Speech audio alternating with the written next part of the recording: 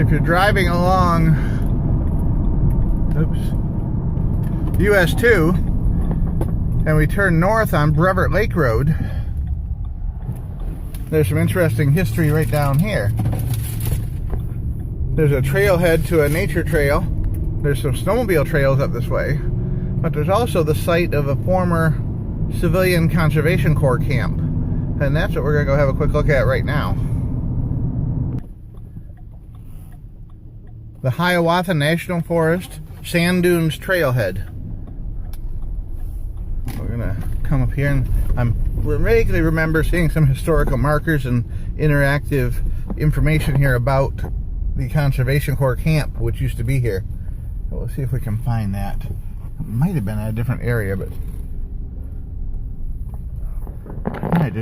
maybe I'm mistaken on where it was. But this is the area right here that used to house one of the many civilian Conservation Corps camps that were established in the early 1930s by President Franklin Roosevelt and his administration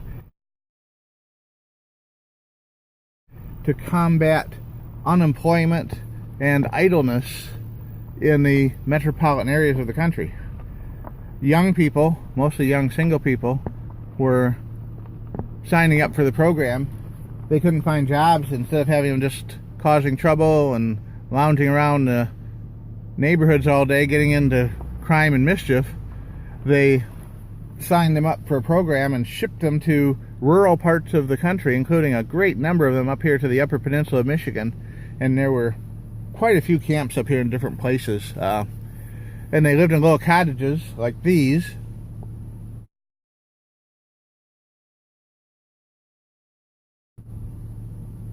And they had a semi-militaristic lifestyle. I mean, they weren't in the military, but they were issued clothing and work assignments. And they went out mostly and planted trees, built dams, cleared land for parks, just general recreational and conservation projects. And they spent several years doing this kind of work. I don't know what the pay was. It seems to me the pay was a little less than $1 a day, or right around $1 a day. And I think 80% of that money was sent home to their relatives to help their relatives get by and make their expenses. And of course they were given food, lodging, some educational and entertainment programs were provided here at the camps.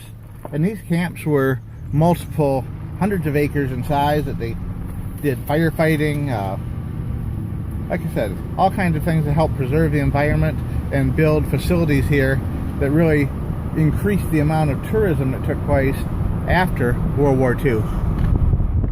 Plus it kept all these young men off the streets and out of trouble. The camps came to an end pretty much by the start of World War II, when all the young men were needed for the war effort.